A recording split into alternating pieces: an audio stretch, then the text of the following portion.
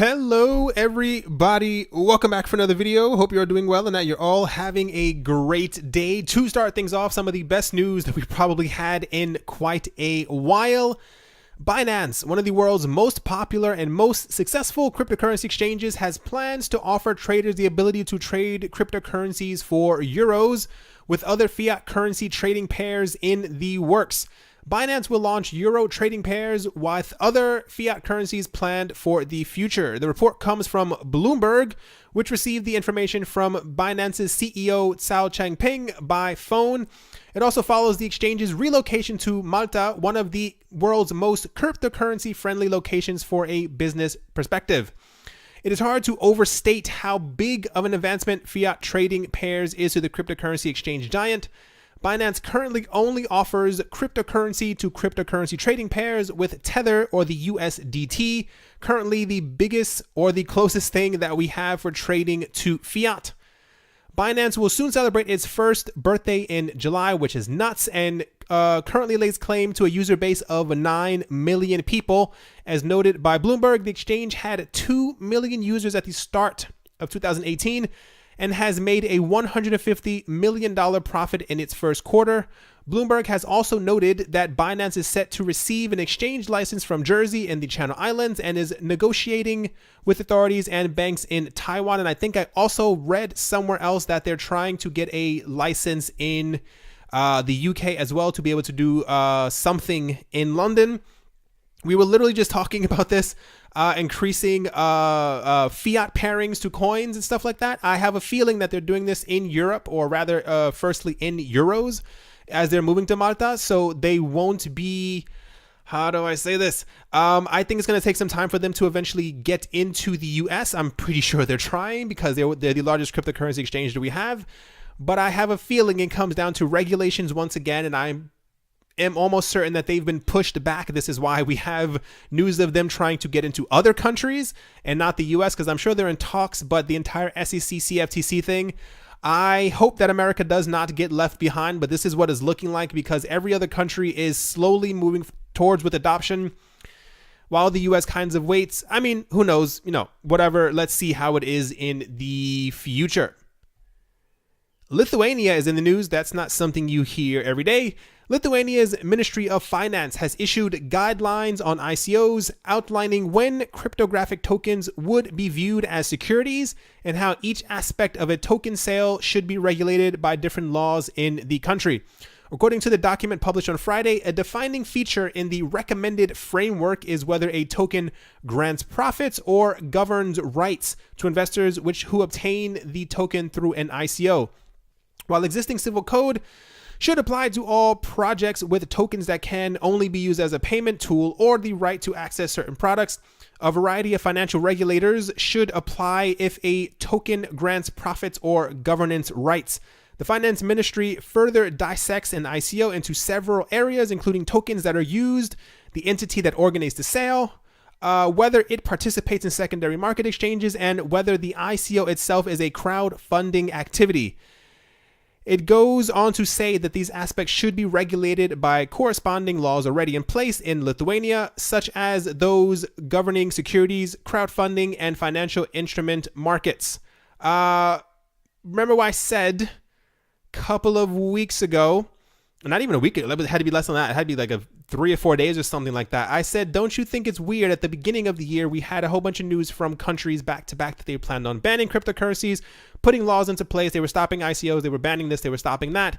And now over the last 2 weeks, we've had news just about every single day from different countries who are releasing their guidelines for ICOs and for how tokens should be not valued, seen in their country when it comes to trading and they're buying and they're selling them. Every single day we have about 2 to 3 countries that are coming forward and talking about their new laws. And I have a feeling, still just in my head, that this is all going to lead up to the final boss in the dungeon. Once every other country has come forward to say what they wanted to say, this is when the US will finally give us their definition of how they see certain cryptocurrencies. Next up, Apple is in the news. Apple has revealed its revised guidelines in a dedicated section for iOS and Mac OS app centered on the cryptocurrency space. As Bitcoin prices peaked near $20,000 in December of 2017, Apple unveiled a new section of guidelines specific to cryptocurrencies and ICOs on December 20th. For instance, apps facilitating any exchange or transfer of cryptocurrencies like Bitcoin were mandated to abide in compliance with all the federal and relevant state laws of its offering under the mandated rules. On Monday, June 4th, Apple extended on those crypto-centric guidelines with several key inclusions into specific functionalities like wallet storage and mining for apps on its app storage platform. To keep its hardware, think iPhones, from draining battery or computing power, Apple has now forbid app developers from including any third-party advertisements that run cryptocurrency mining. The move comes at a time when cryptojacking, a malware attack wherein malicious attackers scrumptiously, No, I know I said that incorrectly. Hijack a computer or a phone's computing power to mine cryptocurrencies is a growing menace. This has been happening. I'm sure you have noticed as well. We had news before that a lot of people were hacking computers. I think not a library, some hospital, just like a major hospital somewhere just got hacked as well. Their entire system was hacked, and apparently they've been mining Monero and other cryptocurrencies for a couple of months now. They said apps, including any third-party advertisements displayed within them, may not run unrelated background processes such as cryptocurrency mining. Apple has also outlawed apps from mining cryptocurrencies on the device altogether. An excerpt from the revealed guideline states, apps may not mine for cryptocurrencies under the processing unless the processing is performed off device, i.e. cloud mining. I'm not going to go through everything because they literally go through every single tiny thing. They also have new norms for ICOs, wallets, exchanges. I'm sure everything literally comes down to having to be compliant in some sort of way. And I'm pretty sure you also have to apply with Apple. I'm almost certain this is how that it is. Yeah, I won't read through the entire thing because I'm sure you guys don't really care what Apple thinks about ICOs or what they're doing to the wallets on the platform. But this is coming at a time when everything is being regulated and everything is put more into a box as to what is what. So I assume they're releasing this because like I said, everyone else seems to be releasing their information in June as to exactly how they feel or what they're doing with cryptocurrencies. Next up, news about the price crash that just happened. In an effort to pin Bitcoin's price drop on anything other than sellers overpowering buyers, mainstream and cryptocurrency-focused media have been eager to blame CoinRail, an irrelevant and incredibly minor cryptocurrency exchange in South Korea. However, the hack of CoinRail is not to blame for the flash crash. Market manipulators and panic sellers are. 2 days ago, we had news that it was definitely the hacking of CoinRail, which I think is the 90th largest or something like that cryptocurrency market in the entire world. Probably not 90th, it's like 30th or something like that. And also because of the what the SEC said about regulations and how they plan on regulating the space, and everyone was like, "Oh yeah, the prices must have dropped for this." Doesn't make any sense. We have news about regulations every single day, sometimes even worse. So it's kind of weird that they, the market would begin to panic because of this. After a prolonged period of sideways trading, market makers in the cryptocurrency space decided to slice a $42 billion chunk off the total market cap over the weekend. Bitcoin is now down more than 50% on the year. The vast majority of mainstream and cryptocurrency-focused media has pinned the collapse on the low-profile hack of CoinRail, a borderline irrelevant exchange ranked, 90th by trade volume that most readers have never previously heard of. CoinRail is not to blame. Panic sellers are, so saith this website. Stefan Inns, head of Asia Pacific trading at Oanda Corp in Singapore, says, he told Bloomberg, if it can happen to A, it can happen to B, and it can happen to C, then people panic because someone is selling. He said the markets are so thinly traded, primarily by retail accounts, that these guys can get really scared out of positions. It doesn't actually take a lot of money to move the market significantly.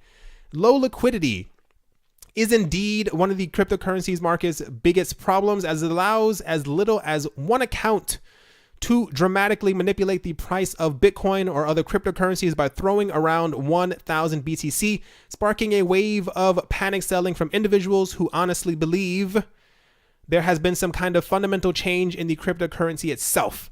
We saw this a couple of it had to be 9 days ago, somewhere around there, when someone moved funds from the Mt. Gox account into another wallet address, and then we saw the price go down a tiny bit. There was news a couple days ago that some guy who's possibly working for someone else in Dubai moved, what was it, 5,000 Bitcoin, and the market also reacted this way. There's also a huge problem on cryptocurrency exchanges. If you use exchanges often or you see the buy and or sell orders, there's a huge issue where people would put in or are putting in, let's say they put in a sell order for like $5 million worth of Bitcoin, whatever the case might be, but they put certain stipulations so that it's not easily met for them to be able to sell this. A lot of people see that someone is trying to sell $5 million worth of Bitcoin, and because no one does their research and no one knows what the coin does and no one knows what's actually going on in the market, they also begin to panic sell because they see that this is also happening. The same as I think happens for buy orders. There are a lot of people who put in buy orders. You'll see it, notice a lot of times, a lot of these spikes, like these dramatic up and downs. Well, these are mostly downs, but you know what I'm saying. It's because people put in buy orders, $15 million under certain stipulations that will probably never be met. And people see, well, this rich person must know what's going on in the market, so I'm definitely going to start buying up all the Bitcoin. People start buying into the market, the price ends up going up because, like I said, it doesn't take a lot for the market to start moving up, and then they cancel this sell or did this sell and or buy order, and then it's as if it never existed because they didn't plan or buying and or selling, and the market has moved exactly to where they want it to move. It's absolutely ridiculous.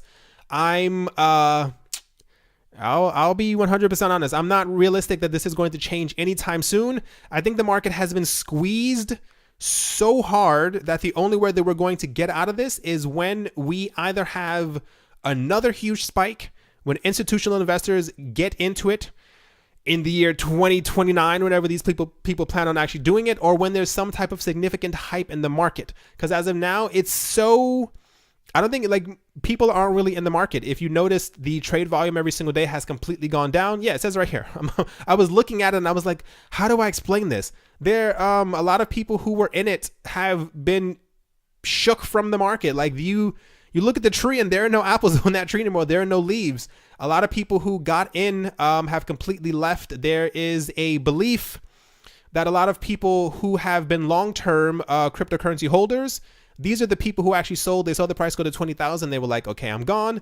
And ever since then, it's just been smaller buyers who are more easily scared at what the market might do. I mean, you can't blame anyone. This is money. This is people's lives. You can't tell anyone what to do with their money. So it comes down to human nature. You want to protect yourself and your money and your family, what have you. But these weak hands, if you want to call them that, they're running very, very thin. And I don't know exactly the people who are manipulating the price of Bitcoin. I don't know what they have planned because they're shaking out every single potential person who would want to get into the market later on. Part of the issue is that, you need in some sort of capacity, these smaller buyers, $15, $20, $30 into the cryptocurrency market eventually adds up to a lot when you have 10 million people who are buying in because of the hype. But when you shook all these, these people away, no one's really going to want to buy into it later. No one knows what's going on. I think literally it has to be like 100 people in the world who are sitting ominously in some dark tower who knows exactly what's going on. But yeah, this is the news. I didn't for a second think it was CoinRail. No one thought it was CoinRail. No one thought it was any news about the regulators as well. But we need to get money into the market. Otherwise, I think we are in for a very long summer that will probably not be filled with green, if you know what I mean. Next up, this isn't a super long thing, but IOTA is in the news once again. One of the leading cryptocurrency exchanges in Europe, Bitpanda, has declared that it will be adding on its trading list IOTA. The decision came after noticing the demand and appeal that the coin had for the community. According to the post, the exchange will give IOTA the green card to change hands from the 14th of June, 2018. Goes a bit on to talk about some of their partnerships and how they're doing really well, et cetera, et cetera. Very good. I am glad that this is slowly continuing, that more exchanges. I don't understand why a lot of exchanges aren't adding more coins. It doesn't come down to a regulatory issue because a lot of them, these, especially in Europe, these things are usually clumped together. There's not the same issue when it comes to was actually happening in the US. I'm perplexed why more exchanges don't just add more coins in general. I don't know if it's like a hype thing, if they're just trying to get more attention on certain days or get people to know that they're actually an actual exchange. Who knows what it is? But very good on IOTA. I think Tron has also been added to 2 other exchanges in support of their mainnet launch. I was trying to do like a one-handed clap. I couldn't do it. Very good for them. I hope this all continues. And like I said in the last video, don't forget to message every exchange that you can and tell them to continue to add coins and fiat pairings and more crypto to crypto pairings so we can get this market moving in some sort of other direction except for down. Last up today, the former chair of the U.S. Federal Deposit Insurance Corporation, the FDIC, said that she thinks the Federal Reserve, or the Fed, needs to seriously consider issuing a central bank-issued digital currency, or a CBDC, in a June 8th open-ed published on Yahoo Finance. In her open-ed, the former FDIC chair, Sheila Bair, noted that the past 10 years are proof positive that current monetary tools are woefully inadequate to stimulate broad-based economic growth. She said, the super rich have gotten a lot richer while the middle class have struggled. Bair first crosses out cryptocurrencies like Bitcoin as a way to improve current monetary tools, noting that unfortunately for Mr. Nakamoto, Bitcoin has failed miserably as a method of payment. Bair then goes on to describe a hypothetical digital currency called FedCoin that would be issued and backed by the Federal Reserve. Since FedCoin would be printed by the Fed, it would solve the problems of bank run in times, financial stress, and as by definition, the Fed, can always make good on financial obligations. According to Bair, the FedCoin could eliminate the need for checking accounts and thus the cost of maintaining them, as well as reduce interchange fees charged by banks and credit cards for small firms. However, Bair notes that a wholesale shift from bank accounts to CBDC could have severely negative consequences for credit availability, given banks' reliance on deposit to fund loans. As we've noted a couple of times, it appears that this is probably not going to happen anytime soon. I still think we have about 3 to 4 years before we get actual confirmation that a country is going to release their own digital currency. But Russia has said it. I think China has just said it as well. Japan has said it. It's been echoed in the US as well about some type of central bank-backed cryptocurrency. You know it's in the works. We just don't know when it's going to launch. Still leads us to the weird conclusion that in 2 years that Bitcoin will be the reserve currency of the world. Let's see if that's actually going to happen. Let's see if the governments actually manage to create their own coin before this ends up taking place. Alrighty, everyone.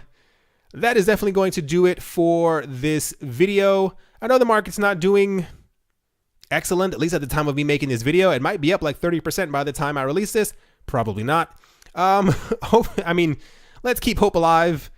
We do what we can. This is the market that we chose to get into, so let's ride the wave while we have the chance.